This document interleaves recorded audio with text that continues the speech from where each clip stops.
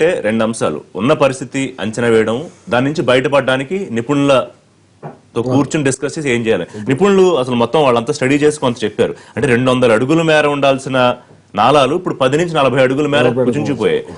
మరి ఎక్కడ వెళ్తాయి నీళ్లు? అదే సిటీల్లోకి వచ్చేస్తున్నాయి. సో ఏం చేయాల్సిన అవసరం? ఇప్పుడు 11,000 కోట్లతోటి సిటీని ఈ నాలాల అభివృద్ధికే ఖర్చు పెడతామని అని అంటున్నారు. ఇంకొక 2,000, 3,000 కోట్లు పెరిగినా కానీ ఇప్పుడు వచ్చిన రకంగా ఇప్పుడు అంచనా ఇంకా బాగా వస్తుంది. ఫ్యూచర్ 100 ఏళ్లకి ప్లాన్ చేసుకుని ఈ ప్రాంతాలు ఏమున్నాయి, దాన్ని అన్నింటినీ కూడా ఎలాగైతే వాటర్ డైవర్ట్ అవుతుందో ఆ నాళాలను ఏర్పాటు చేసుకుంటూ చక్కగా ఒక ప్లానింగ్ ప్రకారంగా మరి ఇది ఒక భగీరథలాగా దీన్ని తీసుకుని చేస్తే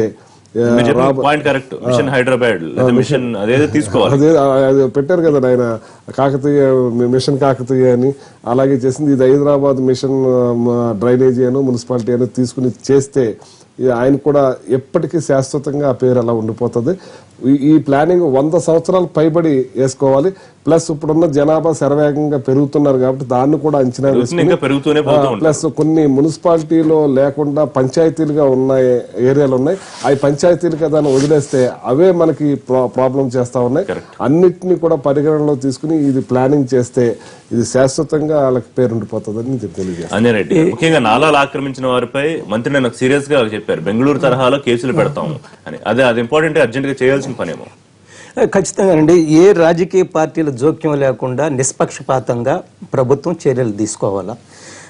రెండవది, గ్రామాల నుంచి వచ్చే ఒత్తిడి ఏ విధంగా తట్టుకోవాలా. గ్రామాల నుంచి అనేక మంది వచ్చి ఈ వలసలు వస్తున్నారు, వాటిని ఆపడం ఎట్లా. మూడోది, శాటిలైట్ సిటీస్ ని మనం ఏమన్నా డెవలప్ చేయగలమా. శాటిలైట్ సిటీస్ ని వాటికి ఒక ప్లాన్డ్ గా చేసి అక్కడ అన్ని వస్తువులు కల్పించడం ద్వారా హైదరాబాద్ అంటే మెట్రోపాలిటన్ సిటీస్ మీద ఒత్తిడి తగ్గించే విధంగా ఏ విధంగా చేయగలమా. నేనేమంటున్నా అంటే కంటింజెన్సీ ప్లాన్ ఇప్పుడు మన దగ్గర రెడీగా ఉండాలి. మనకు తెలిసి వాతావరణ పరిస్థితులు వచ్చినప్పుడు ప్రభుత్వం వెంటనే ఈ ప్రమాదం జరగబోతుంది, ఏమి చేయాలనేది ప్రోయాక్టివ్ గా పనిచేయాలని నేను కోరుకుంటున్నాను. ప్రధానంగా ఈ వాతావరణ కాలుష్యం, వాతావరణ సమతుల్యాన్ని కాపాడవలసిన అవసరం ఉంది. మనం ఒకప్పుడు చెట్టును పూజించండి, మొక్కను పుట్టించండి, మొక్కను బిడ్డగా చూడండి అంటే మనం ఏదో వీళ్ళంతా మూర్ఖులు, పాత చింతకాయ పచ్చడి. ఇప్పుడు ఈ రోజు ప్రపంచం అంతా మొక్కలు నాటండి అని చెప్తుంది. మనం భూమిని ఒకప్పుడు తల్లిగా భావించాం, ఈ రోజు ప్రపంచం ఎర్తడేగా మాట్లాడుతాం. మనం ఏదైతే 100,000 సంవత్సరాల చెప్పామో ఈ రోజు ప్రపంచం అంతా దాన్ని ఫాలో అవుతుంది, కానీ మనం మాత్రం మర్చిపోతున్నాం. అందువల్ల అన్ని రాజకీయ పార్టీలు రాజకీయాలకు అతీతంగా దీన్ని చాలా తీవ్రంగా తీసుకొని ఈ సమస్య పరిష్కారం వెతకాల. ఏదో వరద వచ్చింది, ఉధృతి వచ్చింది, హెవీ రైన్స్ వచ్చాయి అన్నప్పుడే కాకుండా మన దగ్గర ఒక ప్లాన్ సిద్ధంగా ఉండాలి. శాశ్వత పరిష్కారాలు దొరికినప్పుడు మాత్రమే మనకు భవిష్యత్తు ఉంటుంది. నేను అదే చెప్తున్నాను, రాబోయే పెద్ద ప్రమాదం వాతావరణ సమస్య, వాతావరణ కాలుష్యం. దీనివల్ల అనేక సమస్యలు వస్తున్నాయి. ఈరోజు ప్రపంచం అంతా మేల్కొంటుంది, భారతదేశం కూడా మేల్కొని ఈ వాతావరణ సమస్యను పరిష్కరించడంలో వాతావరణ సమతుల్యాన్ని ఏ విధంగా కాపాడాలో, తద్వారా వర్షాలన్నీ కూడా ఆ సమయంలో వచ్చేటట్టు మనం కొన్నిసార్లు మనకి ఈ ప్రకృతి వైపరీత్యాలు మనం ఆపలేం, మన చేతుల్లో కూడా ఉండదు. వాతావరణం చాలా భయంకరంగా ఉంటుంది. అయినప్పటికీ కూడా మన చేతుల్లో ఉన్నంత వరకు మానవ తప్పిదాలు లేకుండా మానవ ప్రయత్నం ఎంతవరకు ఉందో దాన్ని చేయాలా. ఎక్స్పర్ట్స్ అని, రాజకీయ నాయకుల్ని, వాళ్ళందరినీ కూడా కూర్చొని పెట్టి దీనికి శాశ్వత సమస్య పరిష్కారం కనుక్కున్నప్పుడు మాత్రమే భవిష్యత్తు తరాల వాళ్ళకి మంచి జరుగుతుందని నేను భావిస్తున్నాను. అరవింద్ గారు, జనరల్ గా చాలా అంశాలు ఉంటాయి రాజకీయంగా విమర్శలు చేసుకోవడానికి, కానీ ఇటువంటి పరిస్థితుల్లో రాజకీయ విమర్శలు కాకుండా ప్రభుత్వానికి సూచనలు, సలహాలు ఇచ్చి నగరం ఈ పరిస్థితి నుంచి బయటపడి ఇప్పుడు వచ్చే వర్షాకాలానికన్నా మనం ఇబ్బంది పడకుండా ఉండాలంటే ఏం చేయాలని మీరు అనుకుంటున్నారు? అంటే డెఫినెట్గా ఇది రాజకీయాలకు అతీతంగా మాట్లాడాల్సిన అవసరం ఉంటుంది. ఇప్పుడు వీళ్ళు ఏమైతుందంటే నాలాలో మీద కేసు పెట్టేస్తారు, కేసు పెట్టంగానే కోర్టు నుంచో స్టేలో అట్లా కాకుండా ఆ డీప్ని పెంచాల్సిన అవసరం, పూడికలు తీయాల్సిన అవసరం ఉంది. డీప్ను పెంచాలి, ఉన్న డీప్ను.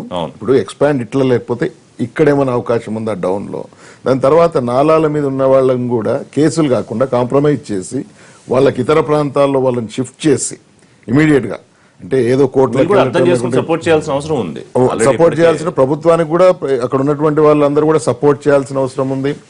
అలర్ట్, ప్రభుత్వం ఎప్పటికప్పుడు అలర్ట్ చేసి, ఇప్పుడు నాగేశ్వరరావు గారు చెప్పినట్టు 100 సంవత్సరాల ముందు ఆలోచించి, ఇప్పుడు మహానగరం మనం అనుకుంటున్నాం కాబట్టి అన్ని రాజకీయ పార్టీలు కోఆర్డినేట్ చేసుకొని అన్ని రాజకీయ పార్టీలను కూడా కాన్ఫిడెన్స్ లో తీసుకొని అక్కడ ఏ విధంగా ప్లానింగ్ చేయాలి అనే ఆలోచన కరెక్ట్ గా, ఎవరినో విమర్శించాలి లేకపోతే ఎవరినో అవాయిడ్ చేయాలి అనేది కాకుండా ఉన్న సమస్యని ఇమీడియట్ గా ఇప్పుడు 100 సంవత్సరాల ప్లానింగ్ తర్వాత అదేలేండి. ఇమీడియట్ గా ఎక్కడెక్కడ ప్రాబ్లమ్స్ ఉన్నాయి, అక్కడెక్కడ ఎంత డీప్ తీసుకోగలుగుతాం, ఆ స్లమ్ ని ఇమీడియట్ ఎట్లా షిఫ్ట్ చేయగలుగుతాం, వాళ్ళకి ఆల్టర్నేటివ్స్ ఏం చూపించగలుగుతాం, కేసులు పెట్టినంత మాత్రాన వాళ్ళని ఇబ్బంది పెట్టినంత అక్కడ నాలాల మీద కొంతమంది మొండిఘటాల మీద నాలాల మీద మామూలుగా బీద వాళ్లే ఉంటారు, వాళ్ళను ఇబ్బంది పెట్టొద్దు, వాళ్ళకు కూడా ఆల్టర్నేటివ్ చూపించండి. ప్రభుత్వం చూపించే అవకాశం మన దగ్గర హైదరాబాద్ లో ఉంది.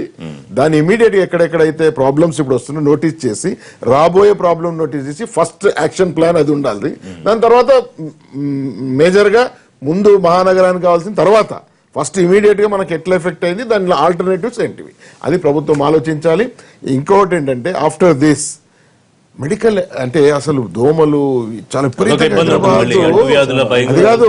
ఈ మధ్య కాలంలో అసలు ఈ మున్సిపాలిటీ వాళ్ళదా మన ప్రభుత్వం నేను ఇప్పుడు ఇక్కడ విమర్శించదలుచుకోలేదు, కానీ అస్సలు పట్టించుకోవటం లేదు. ఎక్కడ చెత్త అక్కడ ఎక్కడ అంటే ఒక పౌరుడిగా చెప్తున్నా, ఒక రాజకీయ పార్టీ నాయకుడు పక్కన పెట్టండి.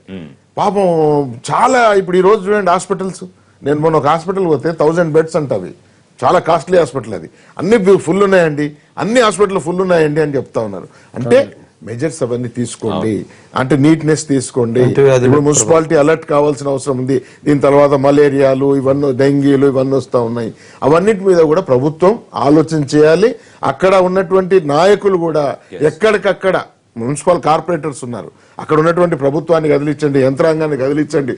వాళ్ళకి కావాల్సినటువంటి ఫ్యూచర్ లో రేపు ఇది అయిపోద్ది వారం రోజుల తర్వాత దీని యొక్క ఎఫెక్ట్స్ మళ్ళా అప్పుడు అడ్వాన్స్ కాకుండా ఇప్పుడే దాన్ని ఆలోచించి పెట్టుకోండి. గోవర్ధన్ గారు, మా మంత్రి కేటీఆర్ గారు చెప్పిన విధంగా ఇమీడియట్లీ కేసులే బెటర్, క్రిమినల్ కేసులే బెటర్. ప్రస్తుతానికి గవర్నమెంట్ అన్ని విధాలుగా స్లమ్ల నాయకులను, స్లమ్ల ప్రజలందరూ పిలిచి కన్విన్స్ చేయడానికి ప్రయత్నం చేస్తారు. ఎవరైనా మొండిగడ్డలు ఉంటే మాత్రం అలాంటి ప్రయత్నం చేస్తుంది తప్ప ఒకరిని సామాన్యుడో లేకపోతే పేదవాడిని ఇబ్బంది పెట్టే అట్లా. నిజంగా కూడా హైదరాబాద్ చుట్టూ సరౌండింగ్ గారు దాదాపు 1000 చెరువులు ఉండేది. ఒక ఎగ్జాంపుల్, హైదరాబాద్ లో బతుకమ్మ కుంట పెద్ద ఫేమస్ ఉండే, బతుకమ్మ ఆడంతా బతుకమ్మలు వేసేవాళ్ళు, దాని బతుకమ్మ కుంట పేరు వచ్చింది. మాసప్ ట్యాంక్ ఉండే. ఇలాంటి చెరువులు ఎక్కడ పోయినాయి? అవి దీని కోర్టులు సహకరిస్తున్నాయి, జడ్జిలు సహకరిస్తారు, అడ్వకేట్ సహకరిస్తారు. ఇప్పటికే అంటే మీరు నిర్ణయం తీసుకుని ఉంటారు మంత్రి గారు, అధికారులు కొన్ని టీమ్స్ ని పెట్టి, ముఖ్యంగా ఈ లోతట్టు ప్రాంతాలు, కాలనీలు, అక్కడికి వెళ్లి ముందు అక్కడ సమస్యలు ఏంటో దాన్ని అంతా స్టడీ చేసి అక్కడి నుంచి ఈ యాక్షన్ ప్లాన్ అంతా తీసుకుంటూ వస్తే బెటర్. మీరు చెప్పింది 100% కరెక్ట్. ప్రభుత్వం అన్ని చర్యలు తీసుకుంటుంది. మంత్రి కేటీఆర్ గారు అన్ని చర్యలు తీసుకోవడానికి అధికారులను అందరినీ వాడుకోవడం జరుగుతుంది. సైనికులు కూడా వాడుకోవాలని, అవసరం ఉంటే వాడుకోవాలని చెప్పేసి మా ముఖ్యమంత్రి గారు చెప్పడం జరుగుతుంది. ఇప్పుడు ప్రస్తుతానికి ఇమీడియట్లీ ఏం కావాలంటే అక్కడ లోతట్టు ప్రాంతాల్లో ఉన్న వాటర్ సెల్లార్లు ఉండి ఇంట్లోకి వెళ్ళి బయటకు రావాలని పరిస్థితి, వాళ్ళకు అన్నం సంబంధించిన వాటర్ సంబంధించిన అన్ని సమస్యలు తీర్చడానికి ప్రభుత్వం సిద్ధంగా ఉంది, అన్ని సహాయక చర్యలు చేపడుతుంది. ఫ్యూచర్ లో దాదాపు నిజంగా నాగేశ్వరరావు చెప్పినట్టు దాదాపు 100 సంవత్సరాలు చేయాలని ముఖ్యమంత్రి ఆలోచనలో ఉంది. ఖచ్చితంగా ఇప్పుడు ఇమీడియట్లీ ప్రకృతి వైపరీత్యం వచ్చింది కాబట్టి స్టార్ట్ కూడా చేస్తుంది. ప్రభుత్వం అన్ని చర్యలు తీసుకుంటుంది. ప్రభుత్వం ప్రజలకు ఎలాంటి ఇబ్బంది లేకుండా చూసుకుంటుంది అని చెప్పేసి అన్ని అలాగే కాల్ నెంబర్ అంటే అర్జెంట్ ఎమర్జెన్సీ నెంబర్లు కూడా ఇవ్వడం జరిగింది. ప్రజలు కూడా అర్థం చేసుకుని సపోర్ట్ చేయాల్సిన అవసరం. ప్రభుత్వానికి ఒక చిన్న సూచన ఏంటంటే, ఇప్పుడు ఇమీడియట్ గా అక్కడ మెడికల్ ప్రాబ్లమ్స్ వస్తాయి కాబట్టి ప్రైవేట్ ఉన్నటువంటి హాస్పిటల్స్ ను వాళ్ళందరూ ప్రభుత్వం పిలిపించుకొని వాళ్ళతో కూడా సపోర్ట్ తీసుకొని ఒక్కొక్క హాస్పిటల్ వాళ్ళకు ఒక ఏరియా ఇచ్చేసి, ఎందుకంటే ప్రభుత్వం చెప్తే ఇంటర్ కాబట్టి చేయాల్సిన అవసరం. పార్టిసిపేట్ చేసినందుకు ఇది ఇవాళ నగరానికి సంబంధించి మనం మాట్లాడే ఎటువంటి చర్యలు తీసుకోవాలనేది కూడా వాళ్ళు సలహాలు ఇచ్చారు. ప్రభుత్వానికి కూడా కొంత పరిస్థితి అర్థం చేసుకుని సపోర్ట్ చేయాల్సిన అవసరం కూడా ఉంది. అలాగే రైన్ అప్డేట్ సంబంధించి ఎప్పటికప్పుడు ఎన్టీవీ అప్డేట్స్ అందిస్తూనే ఉంటుంది. ఇదే లైవ్ షో, రేపు లైవ్ షోలో తిరిగి కలుద్దాం. Keep watching NTV.